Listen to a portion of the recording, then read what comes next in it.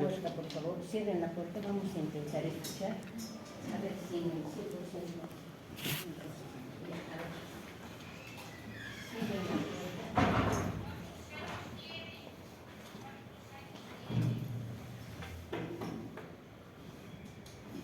No vamos a poder escuchar, ¿no? A ver. ¿Cómo hacemos?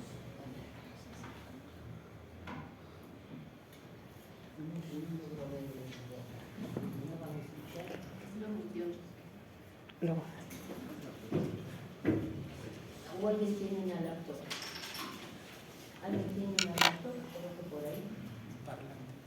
¿Alguien tiene una laptop? Una laptop.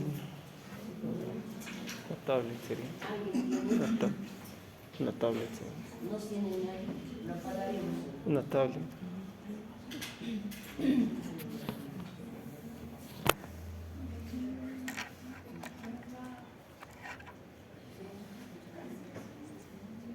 La tablet. La tablet.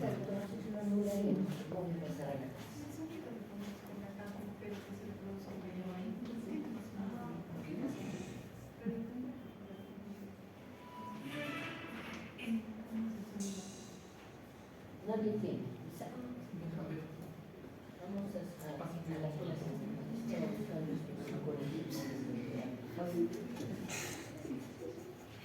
No hay, ¿no? Sí.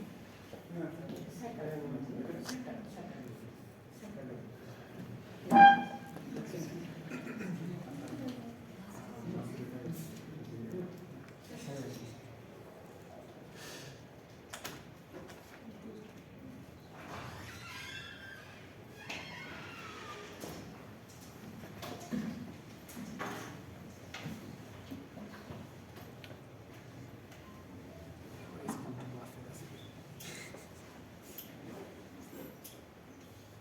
Vamos a continuar sobre funciones que la mayoría de estudiantes dice que no hay que evaluar porque no tienen la regla, no tienen por gusto estoy haciendo eso.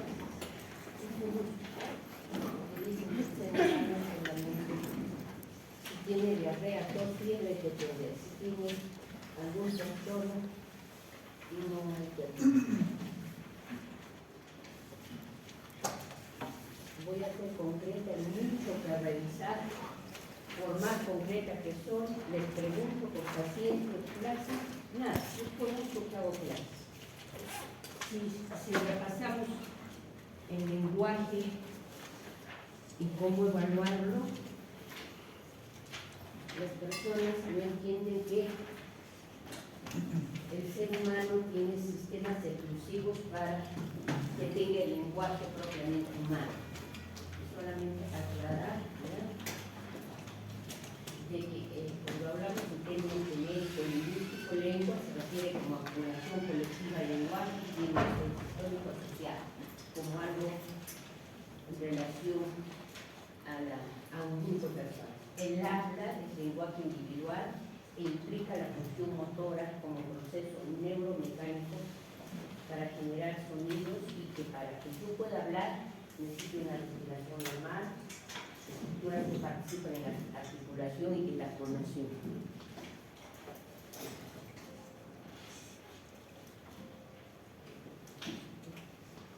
El lenguaje es una capacidad innata del cerebro humano, es un proceso genéticamente programado. Vean ustedes, es humano, pero no se evalúa, solamente si tiene diarrea propia.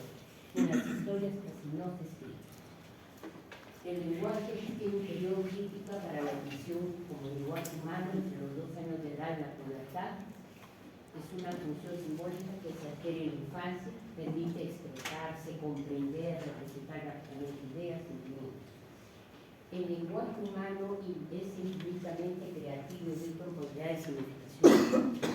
Permite comunicar ideas abstractas. Es decir, no basta que abra la boca y diga su nombre o diga dónde está. Es la idea que tienen ustedes. Si no entienden que como humano podemos transmitir muchísimas ideas según nuestras vivencias. Repito, el lenguaje, ¿ya?, es un acto de comunicación que implica creatividad y un proceso mental de pensamiento. No basta abrir la boca, que es lo único que creen que hay que evaluar. Y recordar que en los humanos el lenguaje se organizado en el hemisferio izquierdo en el 90-95% de personas. Desde el punto de vista de neurofisiología, el lenguaje, para ustedes solo dicen área roca, área guardia. Para ustedes es eso. Y no entienden lo complejo que es el lenguaje humano y que implica diversas áreas conectadas. Para ustedes solo está conectado.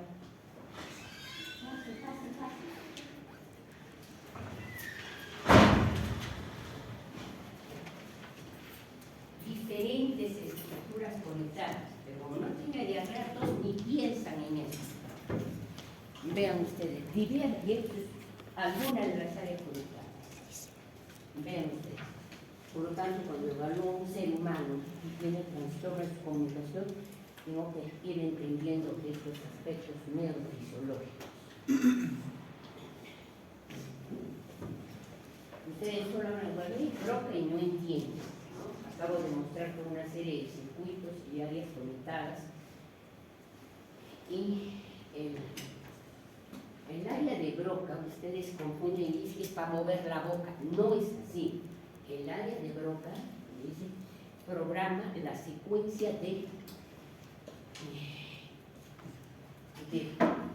las ideas del contexto que yo quiero comunicar.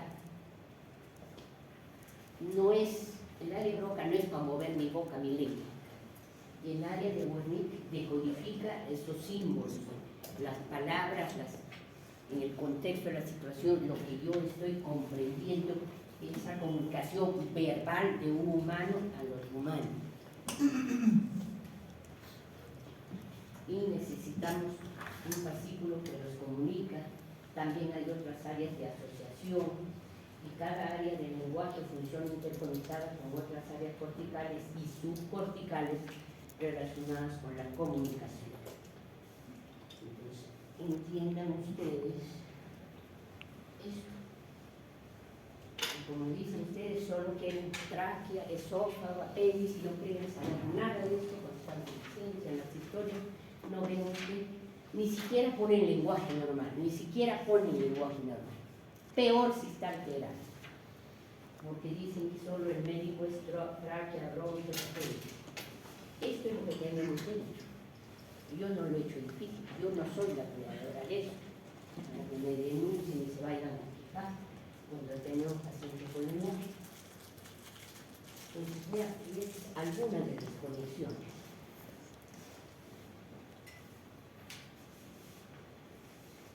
Ni quiere decir el desarrollo del lenguaje humano, ni me voy a demorar, ya el médico debería conocer eso. Si bien llevará una pediatría, pero ni siquiera les interesa.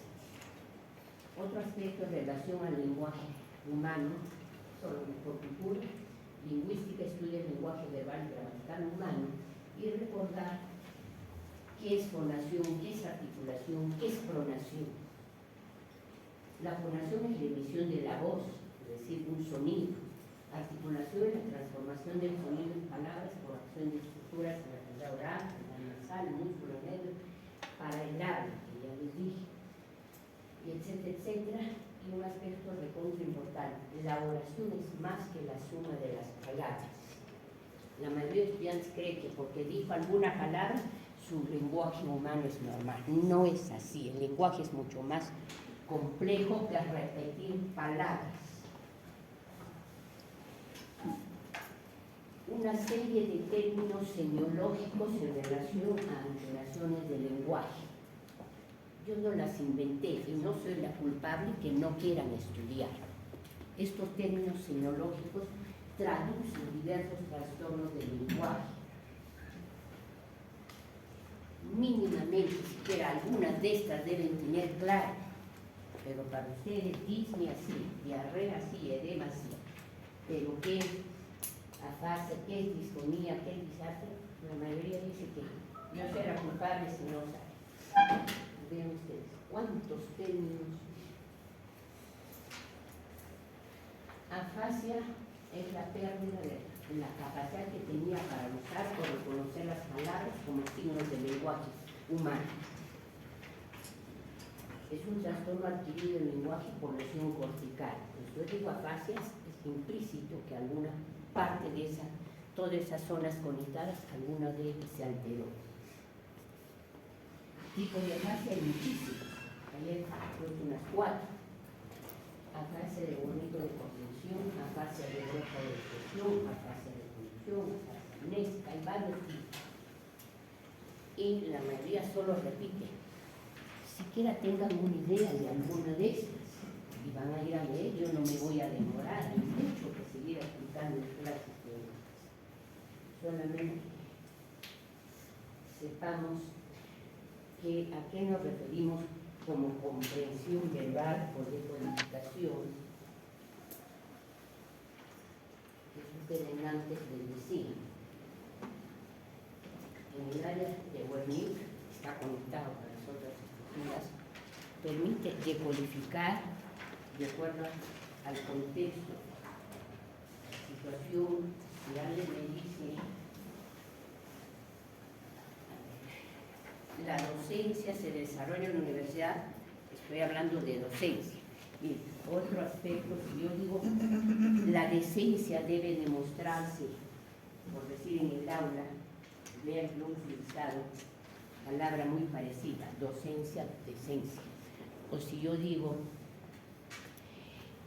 Anita está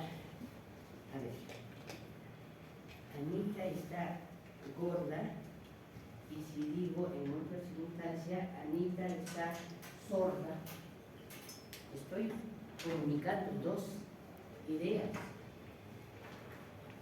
¿En qué se diferencia Anita está sorda y Anita está gorda? ¿En qué se diferencia? ¿En qué se diferencia? La S y la G, doctor. ¿Ah? La S y la G dan significado diferente a la palabra. Ya. Esa letra, ese fonema le da el significado, ¿no es cierto? Entonces, como humano tenemos que entender según el contexto, la situación, lo que yo estoy diciendo. O cuando yo digo,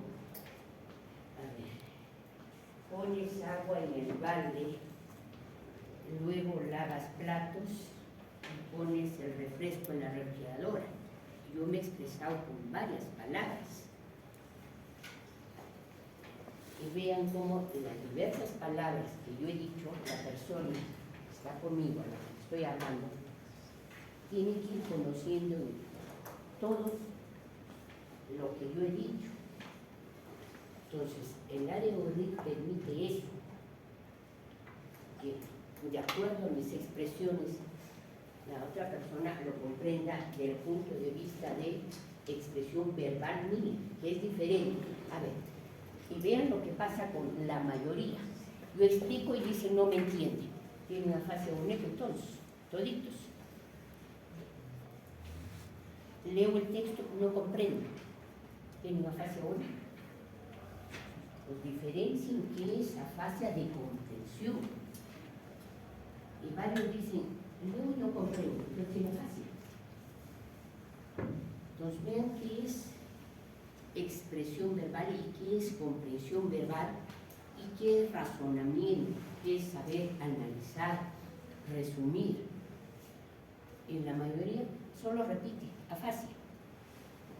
Primero, dense cuenta la fisiología, cómo es que el ser humano logra esa comunicación y cómo el ser humano tiene la capacidad de razonar, analizar, que es muy diferente. Yo explico y me dicen no me entiendo. Pregunto en el examen escrito y dicen no entiendo. O sea, que tiene una fase de Wernicke. Y estoy hablando como humanos, y que se pongan a pensar incluso qué les pasa a ustedes. No quieren estudiar, no quieren estudiar. Y yo se lo comparto. Entonces,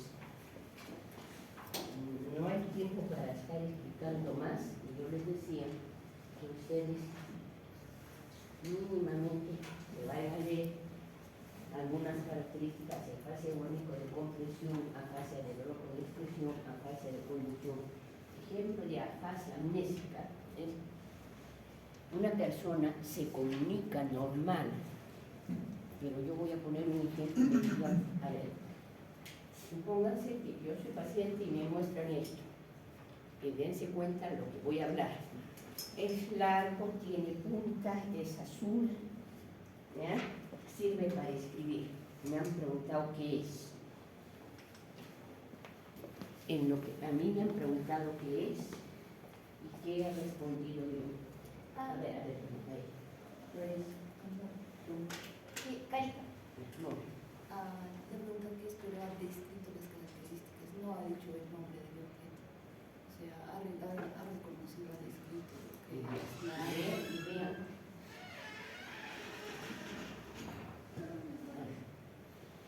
Y vean que la persona se ha expresado correctamente al decir esto es largo, es azul, sirve para escribir, ¿ya?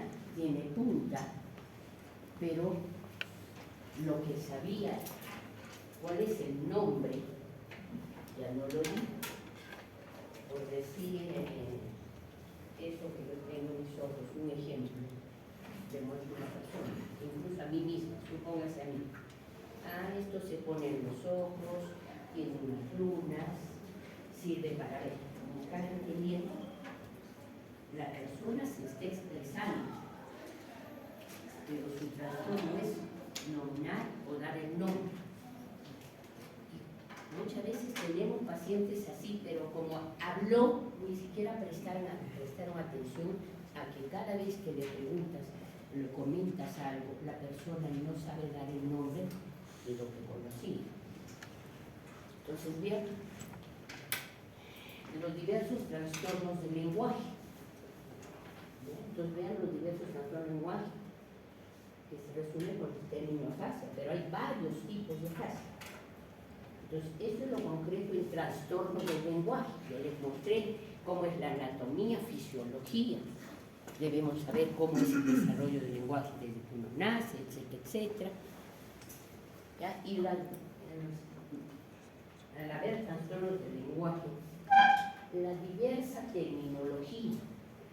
Ahorita acabo de explicar esa fase, ya saben que quizás, etcétera, en cuántos términos. Pero cuando tenemos pacientes y le pregunto al alumno, no, la doctora es la culpable, me denuncia. Y les estoy mostrando cuántos trastornos existen en relación al lenguaje.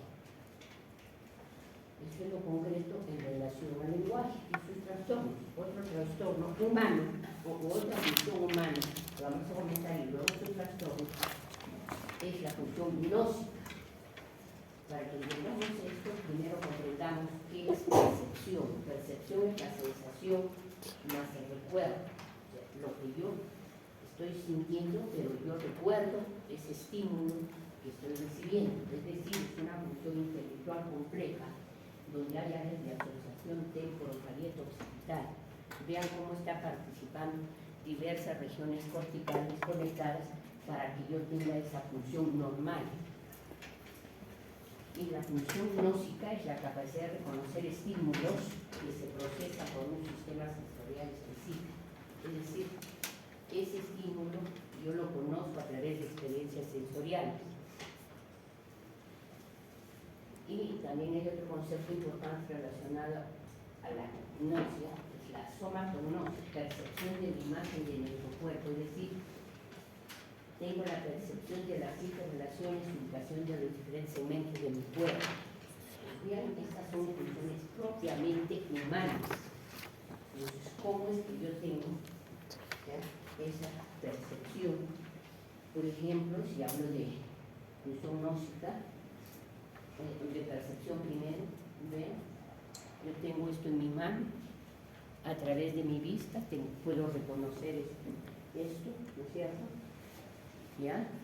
En ejemplo poniendo a través de mi vista, y recuerdo que esto yo lo conozco y me dijeron que se llama lapsero desde que yo era una niña. Entonces, vean ustedes que existen estas estructuras que me permiten que yo tenga el conocimiento de este objeto o estímulo. Ahora, en la función gnósica, yo, aunque no lo vea, o sea, ya por decir, cierro mis ojos, voy a utilizar otro estímulo para que lo comprendas más rápido. Aunque yo no lo vea, me ponen esto en mi mano, y aunque yo no lo vea, yo puedo reconocer este estímulo que antes, por eso es mi recuerdo, yo lo percibía con sus características. Entonces, aunque yo no lo vea, tengo en mi mano un objeto que es duro, me parece algo de metal, que tiene incluso algún relieve cuando lo voy tocando, que me parece que es algo frío, y vean, eso es la función gnóstica, que el sistema sensorial que me ha permitido, aunque yo no lo vea, ¿qué sistema sensorial participó en esta función? ¿Qué función participó en esto? ¿Pero qué sistema?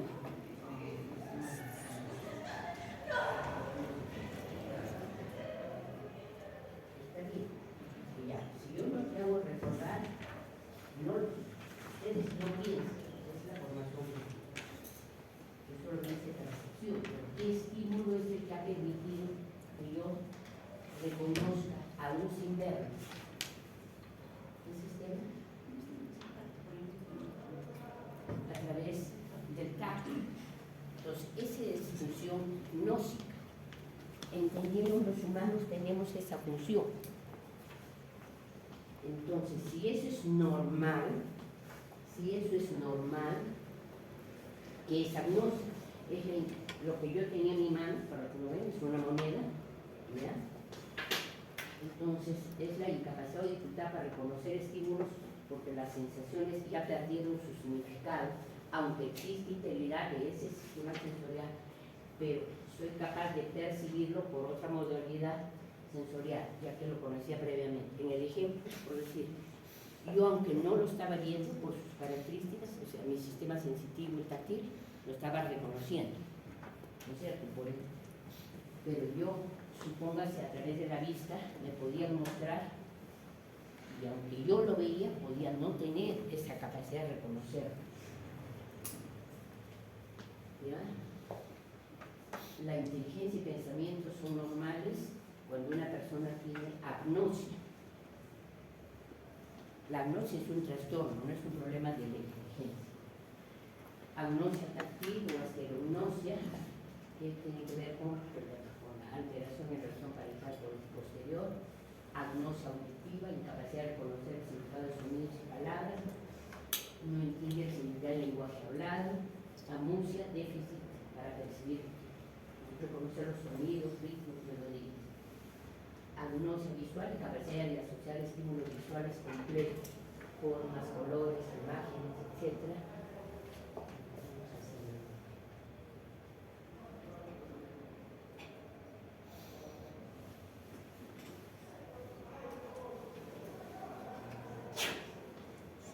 A ver, ejemplo de agnosia visual.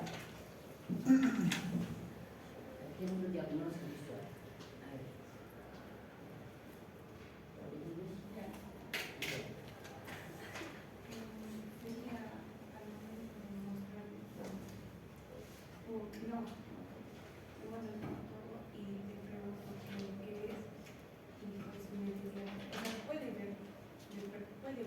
Reconoce que hay algo delante de él, pero si yo le pregunto qué es esa cosa, no me va a reconocer que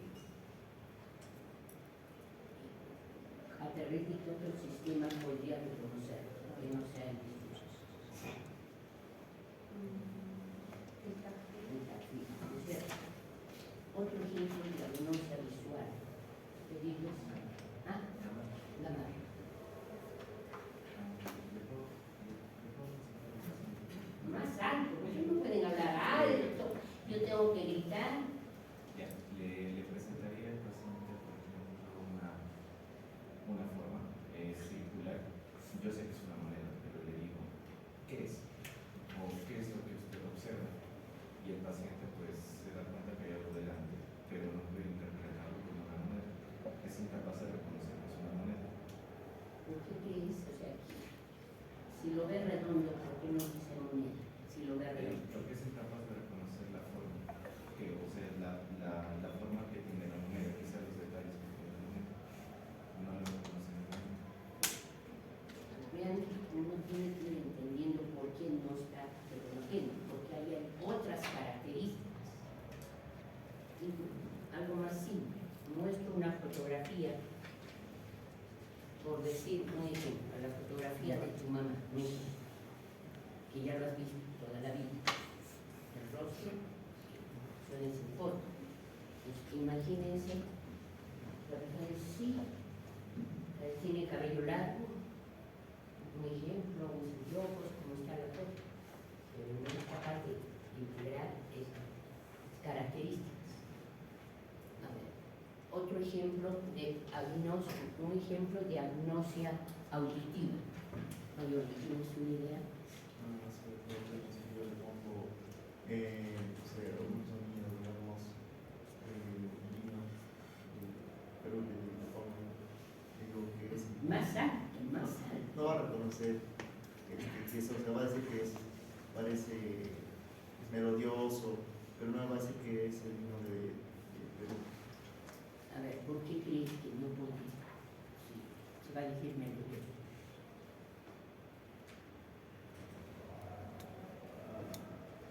Lo voy a hacer de otra manera. A ver, lo que digo es en el ejemplo de que le pone, dice el himno. ¿Qué función está bien en general en esa persona? ¿Qué función está bien?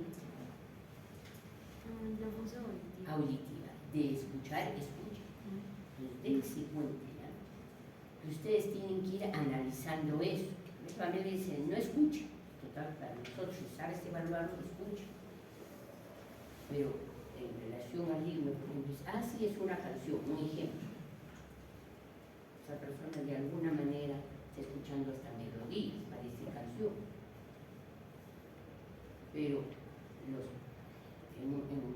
el peruano, así desde sus primeros años, escucha eso, ¿no es cierto? Y lo puede asociar el ritmo, o incluso hasta el voz de su madre, que es algo único. Entonces, vean, esa función es, primero tengo que entender la función y reconocer su alteración. Como ustedes dicen, yo solo reconozco edema, disco, de esto, en las historias nunca está escrito nada, nada. Dicen que estudio medicina para hablar de respiración, digestión, nada más. Lo que yo estoy hablando, ustedes deciden, no lo van a hacer, porque ni siquiera quieren estudiar. Pues vean ustedes, ¿ya?, que cuando estamos comentando esta función,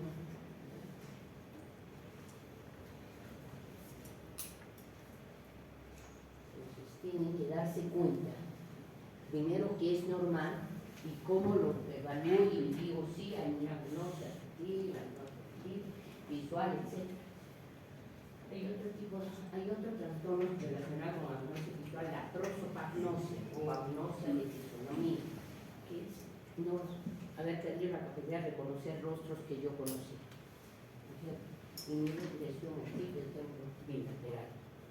Pues vean cómo evaluando clínicamente estas funciones o alteraciones, yo ya puedo ir deduciendo dónde está alguna lesión o alteración. Agnosia de la imagen corporal, hemiacetomagnosia, anosognosia, son términos médicos. Pero como yo no digo ni ni me prestan atención ni les interesa mucho.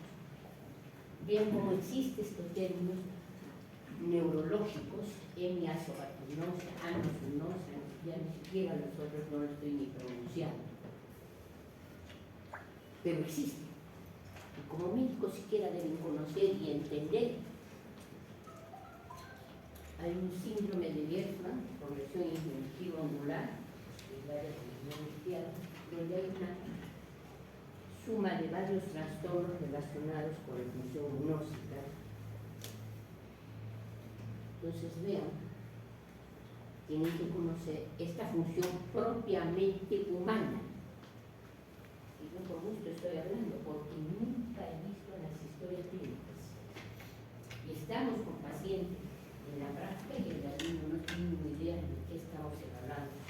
tampoco presta atención a su comunicación, a cómo está participando el paciente. No, el alumno lo está haciendo con gusto la clase, pero estoy mostrando que son funciones humanas y cómo a través de esta evaluación yo voy a ir reduciendo algunos trastornos. Pues hemos visto el lenguaje, nocio, y otra función vamos a continuar, algo que no lo entiendo tampoco, a pesar que son humanos. ¿Cómo es el movimiento voluntario humano? Y que lo resumimos con la palabra praxia que vamos a explicar después.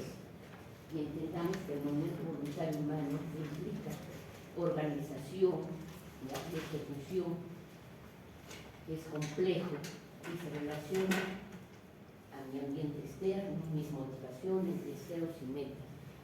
El ser humano realiza su actividad motora según, como les decía, como sus intereses, el ambiente. Yo entro a una iglesia, a la misa, y yo me empiezo ahí a correr. En la calle, si estoy apurada, me pondré a correr, etcétera, etcétera. O escribo rápido, es decir, está mi movimiento, acelero la rapidez con la que escribo según mis intereses.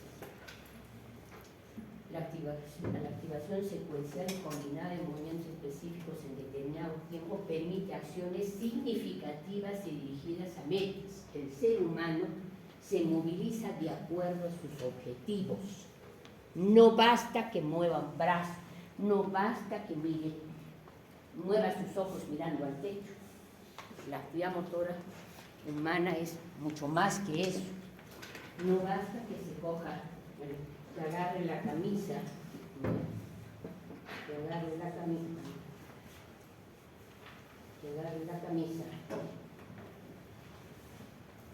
y porque lo agarró digo que esa función motora práctica es normal.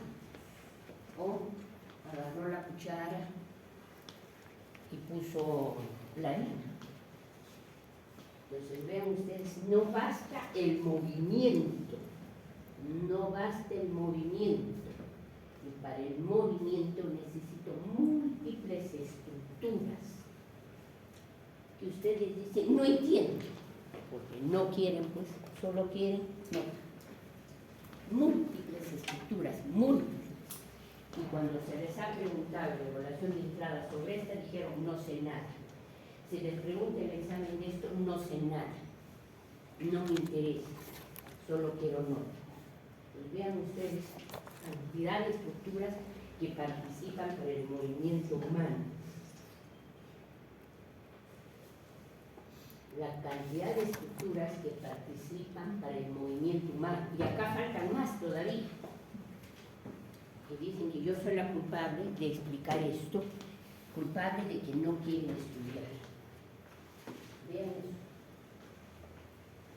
¿Quién o quiénes se han ido a quejar contra mí? Dicen, yo soy la culpable de mostrar que así somos. Múltiples estructuras conectadas para que a través de la mente final salga mi mente, se vaya mi músculo, yo me desplace, yo mueva, o mueva mis ojos, etc. Múltiples y ustedes dicen, no quiero estudiar. Que quien se haya ido a quejar contra mí o quienes me echan la culpa de eso, pero están bien en la pizarra. Yo lo he hecho así, soy el culpable de que no pueden aprender. Se les ha preguntado desde evaluación de entrada. Así que quienes se han ido a quejar contra mí, que me expliquen, ¿no? Yo soy culpable de esto. Que levanten la mano la que se ha ido a quejar contra mí. O los alumnos. Ahora es un silencio, pero no ante la autoridad y contra mí. Porque yo muestro que así somos de complejos. Pero estos múltiples sistemas nos permiten que nos movilicemos. convencieron? Yo lo he hecho difícil. La nota les va a dar esa posibilidad de entender esto. ¿Cómo reconoce la semiología del trastorno de ganglios basales, la semiología del cerebelo, la semiología por alteración medular, la semiología? Entonces vean ustedes, yo no soy la culpable, pero contra mí han ido a quejarse ante las autoridades. Entonces vean ustedes que estamos ante humanos y tengo que saber esto, todo esto que ya se les explicó, y cuando se les pregunta y no saben, yo soy la culpable. Entonces, la capacidad de ejecutar movimientos momentarios, familiares, aprendidas con una finalidad determinada, eso se llama función práctica. Praxis. Es decir, es una actividad motora compleja, implica las múltiples estructuras que acabo de mostrarles y que se requiere ambos hemisferios, y se requiere el cuerpo calloso que conecta ambos hemisferios.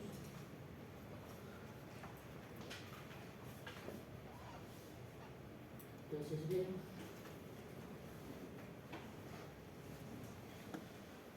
y vean también cómo el ser humano intraútero, y luego desde que nace, cómo es su desarrollo de esta capacidad motora compleja humana para dar sus pasos, mantener su diferenciación, y de qué depende, de que ya habiendo tenido esa capacidad normal de desplazarse, ejemplo, durante su marcha en esta posición, muchas veces ya no es capaz de mantenerse en esta posición, desplazarse, caminar en esta posición y llega a esta posición. ¿De qué depende? ¿De mí? Yo soy la culpable de mostrar esas imágenes reales, fisiológicas. ¿Por qué creen que el ser humano tiene esa capacidad de desarrollarse para desplazarse? ¿De qué depende eso? ¿Qué idea tienes? ¿Qué idea tienes por acá? Cualquiera de ustedes. Luis García, tu compañera de transporte por postura. A ver, ¿tienes una idea de qué depende esto?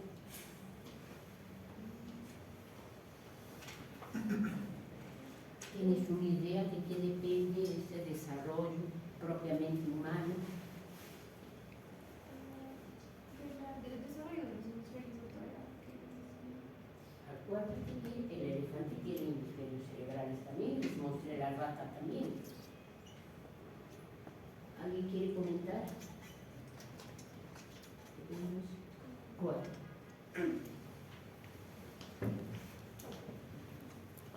¿Alguien tiene idea? ¿Cuál? Puede ser también como No te escucho. los movimientos voluntarios pueden depender por la corteza prefrontal para el desempeño. Más alto, no se escucha. Por medio de la corteza prefrontal nosotros tomamos decisiones para poder iniciar movimientos. Puede ser. Mira, vieron ustedes, una cosa es decisión de sentarme, otra cosa es mi decisión de pararme, una cosa es decisión. Y el niño acá es solo decisión. Como tú dices decisión, estoy tomando tus palabras. ¿Será solo decisión? Entonces vean, esto es fisiología. Pero como dicen, fisiología respiratoria es lo que les interesa. Sí. Pero esta es fisiología humana en relación a la marcha, que les mandé a leer cómo es la marcha normal, cómo es que llegamos a tener esa bipedestación, ¿ya? Y cómo es que con el pasar del tiempo, los 80, 90, 100 años, no pueden vivir, llega a eso. ¿De qué depende? No les voy a decir, y ojalá que lo lean siquiera por cultura médica. Entonces, sí ya hemos dicho que es praxia, la alteración se llama apraxia. Apraxia es la incapacidad de efectuar actividad motora con una finalidad intencionada y aprendida. Implica vías motoras normales, ya la inteligencia está conservada. Cuando hay apraxia, el problema no es de alguna estructura motora, es lo que quiere decir, verdad. No es que la paciente no sea inteligente, es otro trastorno diferente. Hay diferentes tipos de apraxias. Ya en los libros, la vayan a leer y lo completen. Hay apraxia ideomotora, apraxia ideatoria, apraxia constructiva, apraxia del vestir, apraxia de la marcha, apraxia bucolingual. Hay varios tipos de apraxia. En la apraxia del vestir, como antes decía, no basta que la persona con sus manos, su brazo, coja la camisa y la camisa se la ponga aquí encima de la cabeza. Vea, ha cogido la camisa. Pero cuando le hemos dicho que se ponga la camisa, lo que ha hecho es ponerse encima de la cabeza. Por decir, con su pañuelo, ahí lo puso. Vean que en el ejemplo que estoy poniendo, desde el punto de vista motor, la persona tiene la función motora normal, ha cogido. Si la camisa está acá, lo ha cogido y la ha puesto encima de su cabeza. Pero el objetivo no era eso, era que se vista como ya lo sabía. Entonces, cuando le decimos que un ejemplo, una persona se ponga la camisa, porque en el ejemplo que estoy poniendo, ¿a qué me refiero? De que cogió la camisa, ¿ya? Pero no logró ese objetivo. Gamarra, Gamarra. A ver.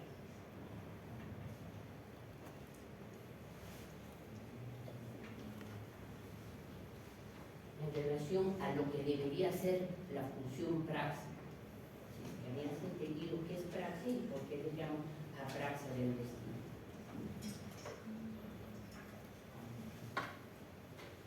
El paciente reconoce que la camisa es pues una prenda de vestir, pero tiene incapacidad de colocar esa camisa en el lugar que debería corresponder. ¿Por qué le decimos apraxia? Porque no lleva a cabo la actividad motora siguiendo la finalidad que en este caso ¿Qué es la cosa camisa. haría la persona? ¿Qué debió hacer? Pues en ese caso tendría que ponerse la camisa en el pecho, pero no lo hace. Por eso, A ver, Mendoza, tu compañero está dando algunas ideas, ¿quieres aclarar? ¿Quieres dar una opinión? Yo solo voy a repetir lo que él dijo, que debió coger la camisa y ponerse en el pecho, es lo que acaba de decir.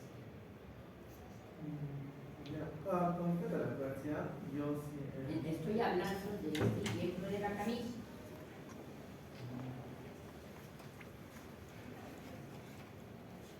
¿Lo quieres decir? Sí. El paciente debió ponerse, hacer los movimientos de vestirse y ponerse la camisa. Sin embargo, como no tiene la Ha dicho algo, pero dense cuenta. A ver, Paco Armando, ya tenemos por ahí, uno dijo, debió ponerse en el pecho, él no nada más, ella dijo que debió hacer movimientos, ¿y tú cómo explicas? ¿Qué le faltó y no supo hacerlo cuando antes sabía hacerlo? no extendiese básicamente. No quiero que oigas, sino estoy diciendo en lo práctico. Tenía que poner primero las manos en los agujeros de la manga y primero la izquierda, la derecha con la derecha. Colocar su brazo en una de las mangas, porque no es la cuestión de agarrar la camisa y ponérsela acá, eso tampoco no es así, ¿no es cierto? Uno aprende a vestirse desde muy niño, ejemplo he puesto la camisa. Debió mover su brazo para que vaya hacia una manga, luego a la otra, etcétera. Entonces, ¿cómo uno debe observar la actividad motora de un humano para darse cuenta? ¿Ya? O los que usamos lentes, cómo es que lo cogemos, cómo lo acomodamos en la cara.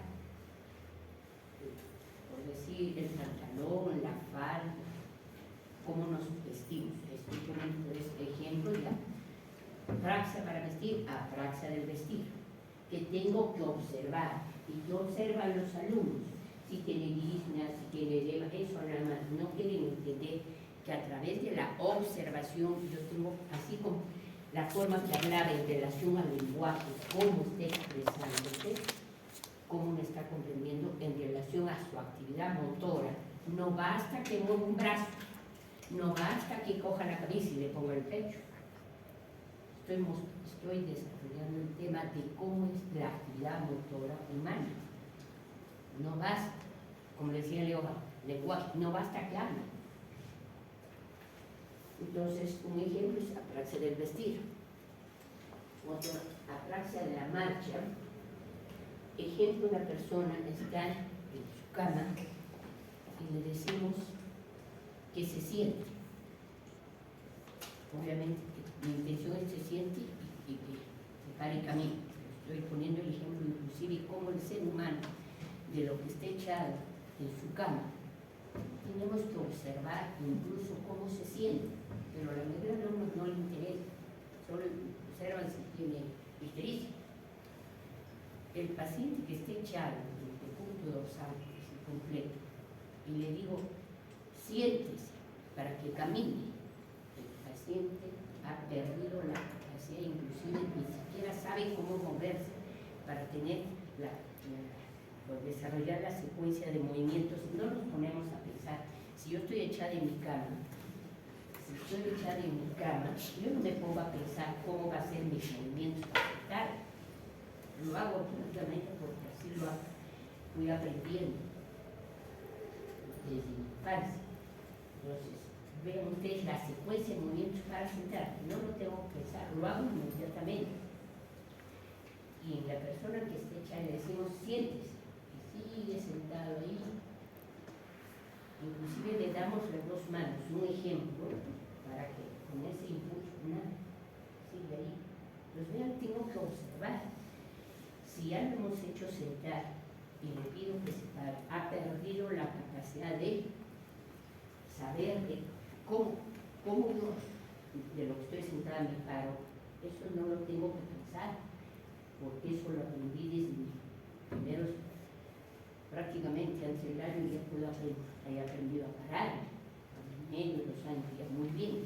Esos movimientos secuenciales no los tengo que yo estar pensando y lo hago, pero la persona que aunque tú le des la mano, le impulses cogiendo cualquier parte de su cuerpo, nada, no lo hace. Y para que se mantenga en la bipedestación, no lo tengo que estar pensando, así somos humanos. La persona es incapaz de ponerse de pie. Es muy diferente que yo diga, tengo mareo, tengo que agarrarme, me da vuelta. Es totalmente diferente. Estoy hablando de persona que ni explica por qué no es capaz de sentado, pararse y mantenerse parado. Las personas que podemos agarrar a esa persona, 2 personas, 4 personas, 6 personas que lo sostenemos, ejemplo, estoy poniendo, a ver, para dar sus pasos, camino, es incapaz de hacer esta secuencia de movimientos. ¿Entendieron cómo es el ser humano? Y tengo que observar. La familia muchas veces dice, le duele las rodillas, por eso no se levanta. Incluso en la cama, la familia, yo muevo las piernas y no veo un gesto de dolor. Y como ya no piensen, ya no dicen por dolor. Por más que me diga dolor, yo tengo que darme cuenta que no hay ningún dolor que lo limita y tengo que analizar qué está pasando, porque ya no es capaz de sentarse, de movilizarse, de dar pasos. Entonces vean cómo es el movimiento humano incluido para cambiar de esa posición de cúbito dorsal, sentarse, pararse, mantenerse en bipedestación y dar pasos. No lo tenemos que pensar, porque eso ya es primer año, segundo año, que yo ya lo aprendí, cómo es mi secuencia de movimientos para caminar, cómo mantengo mi cuerpo erguido para dar pasos. Entonces, esta es una actividad motora humana completa. En el ejemplo que estoy poniendo, la persona persona estaba echada, es en mi ejemplo.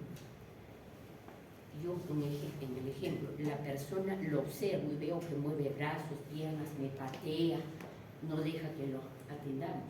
Estoy diciendo en este caso, la persona mueve brazos, piernas con la fuerza suficiente, pero es incapaz de cambiar de esa posición, mantenerse. Entonces, para la marcha humana es así de compleja. No basta mover mis piernas en mi cama, y porque no soy capaz de dar un paso siquiera, ni me mantengo en mi pedestación. Estoy demostrando la importancia de analizar la actividad motora humana. No basta que haga la barba, no basta que haga el organismo del pecho. Entonces vean cómo ya hay una función que se llama praxis, y con eso interesa praxis. Todo lo que yo he hablado hoy día, nada lo evalúo, nada. Piel, mucosa, cualquier cosa es descrito, menos estas funciones. Y así hay varios tipos de praxis. ¿Ya? El hecho de que yo, ya daré en otra clase un ejemplo más iba a poner. Entonces, tienen que ir a leer las características clínicas de las praxis.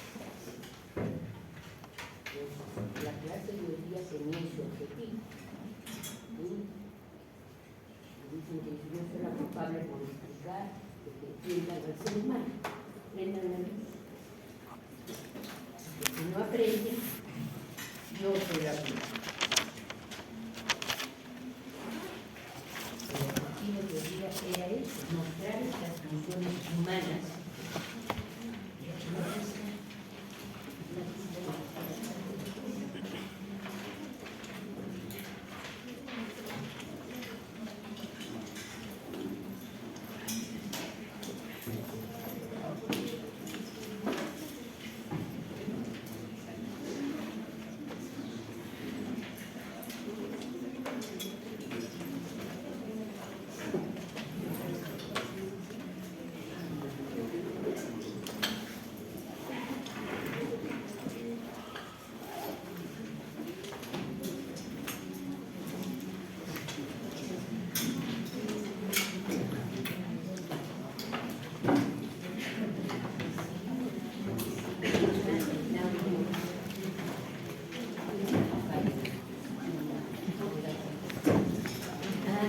Pero